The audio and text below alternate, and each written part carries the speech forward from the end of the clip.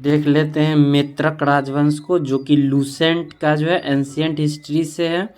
और इस तरीके से अगर आप इस लेक्चर को 1 से 2 बार अच्छे से देखिएगा तो हमको लगता है कि पूरा याद हो जाएगा और ये पढ़ने का एक अच्छा तरीका है, क्योंकि वैसे लूसेंट पढ़ने में बोरिंग लगता है। इसीलिए हमको लगा इस तरीके से लेक्चर बनाना चाहिए।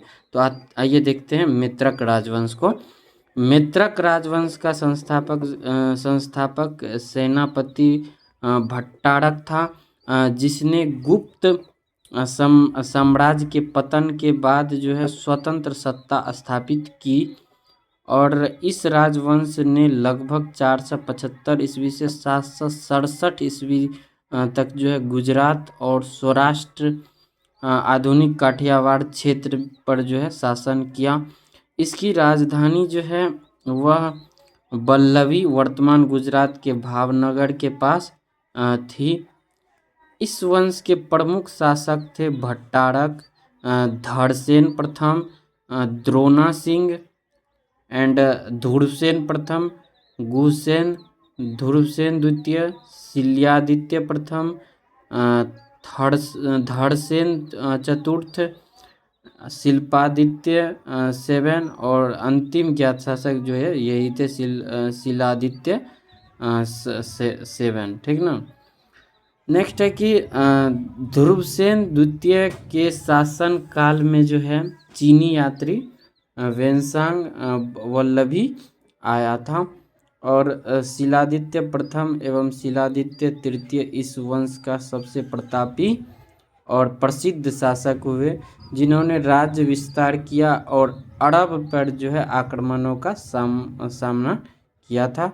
राजवंश का धर्म जो है मुख्यतः हिंदू था और शासक जो है धार्मिक संस्थाओं में के संरक्षक थे।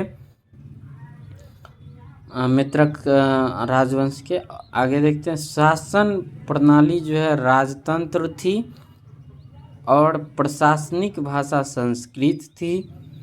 और मित्रक वंश ने जो है वल्लभी युग नामक कैलेंडर भी शुरू किया था। और मित्रक शासक सभी धर्मों के प्रति जो है सहिष्णु थे और उनके शासन काल में जो है हिंदू, बौद्ध, जैन तीनों धर्मों का जो है संरक्षण और दान मिला। वल्लभी में जो है बौद्ध विवाह का जो है विहारों की बड़ी संख्या थी। चीनी यात्री वेनसांग ने इनके बौद्ध संरक्षण की प्रशंसा की और वल्लभी में जैन परिषद का आयोजन हुआ। मित्रक वंश का जो है मंदिर निर्माण के क्षेत्र में सबसे बड़ा योगदान सोमनाथ मंदिर का निर्माण करना है। तो मित्रक राजवंश के समय में जो है सोमनाथ मंदिर का निर्माण हुआ था। यह मंदिर शैव धर्म का जो है प्रमुख केंद्र था।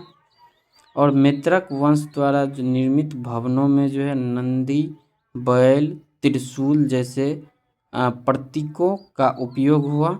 8वीं शताब्दी में जो है अरब आक्रमण के कारण इस वंश का जो है पतन हो गया। तो एक छोटा सा ही राजवंश था मित्रक राजवंश।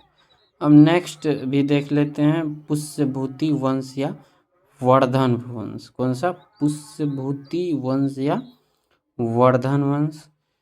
तो गुप्त वंश के पतन के बाद जो है जिन नए राजवंशों का उद्भव हुआ उनमें मित्रक जो है मोखरी, पुष्यभूति, परवर्ती, गुप्त और गौड़ प्रमुख है। इन राजवंशों में जो है पुष्यभूति वंश के शासकों ने सबसे विशाल साम्राज्य स्थापित किया। पुष्यभूति वंश के संस्थापक पुष्यभूति था और इनकी राजधानी थानेश्वर हरियाणा प्रांत के कुरुक्षेत्र जिले में स्थित वर्तमान थानेसर स्थान थी। पुष्यभूति राजवंश ने पंजाब एवं हरियाणा में अपनी स्थिति हुनों को हराकर मजबूत की थी। ठीक ना। तो आइए अब इसके नेक्स्ट देख लेते हैं। नेक्स्ट है कि प्रभाकर वर्धन इस वंश के स्वतंत्रता का जन्मदाता था। यानी कि प्रभाकर वर्धन इस वंश की स्वतंत्रता का जन्मदाता था तथा प्रथम प्रभावशाली शासक था जिसने परम भट्टारक और महाराजा धीराज जैसी सम्मानजनक उपाधियां धारण की थी। और प्रभाकर वर्धन की पत्नी यशोमती से 2 पुत्र राज्यवर्धन और हर्षवर्धन तथा एक कन्या राजश्री उत्पन्न हुई। राजश्री का विवाह जो है कन्नौज के मोखरी राजा ग्रहवर्मा के साथ हुआ और मालवा के शासक देवगुप्त ने जो है यह ग्रहवर्मा की हत्या कर दी और राजश्री को बंदी बनाकर कारागार में डाल दिया था। राज्यवर्धन ने जो है देवगुप्त को मार डाला, परंतु देवगुप्त के मित्र गौड़ नरेश शशांक ने धोखा देकर राज्यवर्धन की हत्या कर दी। शशांक शैव धर्म का अनुयायी था। इसने जो है बोधि वृक्ष बोध गया को कटवा दिया था शशांक ने। और राज्यवर्धन की मृत्यु के बाद जो है 606 ईस्वी में 16 वर्ष की अवस्था में हर्षवर्धन थानेश्वर की गद्दी पर बैठा। हर्ष को जो है शिलादित्य के नाम से भी जाना जाता था। इसने जो है परम भट्टारक नरेश की उपाधि धारण की थी और हर्ष ने जो है शशांक को पराजित करके कन्नौज पर अधिकार कर लिया तथा उसे अपनी राजधानी बनाया। हर्ष और पुलकेशिन द्वितीय के बीच नर्मदा नदी के तट पर युद्ध जो है हुआ और जिसमें हर्ष को जो है पराजय हुई। चीनी यात्री वेनसांग हर्षवर्धन के शासनकाल में भारत आया था। चीनी यात्री वेनसांग हर्षवर्धन के शासनकाल में भारत आया था। वेनसांग को यात्रियों में राजकुमार, नीति का पंडित एवं वर्तमान शाक्य मुनि कहा जाता है। वह नालंदा विश्वविद्यालय में पढ़ने एवं बौद्ध ग्रंथ के संग्रह करने के उद्देश्य से भारत आया था। और हर्ष जो है 641 ईस्वी में जो है अपने दूत चीन भेजे तथा 643 ईस्वी एवं 645 ईस्वी में 2 चीनी दूत उसके दरबार में आए। हर्ष ने जो है कश्मीर के शासक से बुद्ध के दंत अवशेष बलपूर्वक प्राप्त किए। हर्ष के पूर्वज भगवान शिव और सूर्य के अनन्य उपासक थे। प्रारंभ में हर्ष भी अपने कुल देवता शिव का परम भक्त था। चीनी यात्री वेनसांग से मिलने के बाद उसने बौद्ध धर्म की महायान शाखा को राज्याश्रय प्रदान किया तथा वह पूर्ण बौद्ध बन गया। हर्ष के समय में नालंदा महाविहार महायान बौद्ध धर्म के शिक्षा का प्रधान केंद्र था। हर्ष के समय में जो है प्रयाग में जो है प्रति 5वें वर्ष एक समारोह आयोजित किया जाता था जिसे महामोक्ष परिषद कहा जाता था। वेनसांग स्वयं छठे समारोह में सम्मिलित हुआ। बाणभट्ट हर्ष के दरबारी कवि थे। उन्होंने हर्षचरित एवं कादम्बरी की रचना की। बाणभट्ट के गुरु भरचू थे।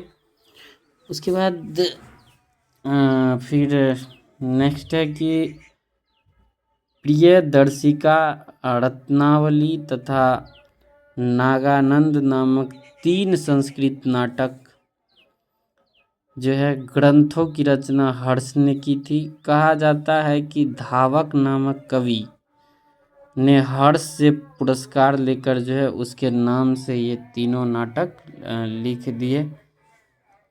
हर्ष को जो है भारत का अंतिम हिंदू सम्राट कहा गया है, लेकिन वह न तो कट्टर हिंदू था और न ही सारे देश का शासक ही।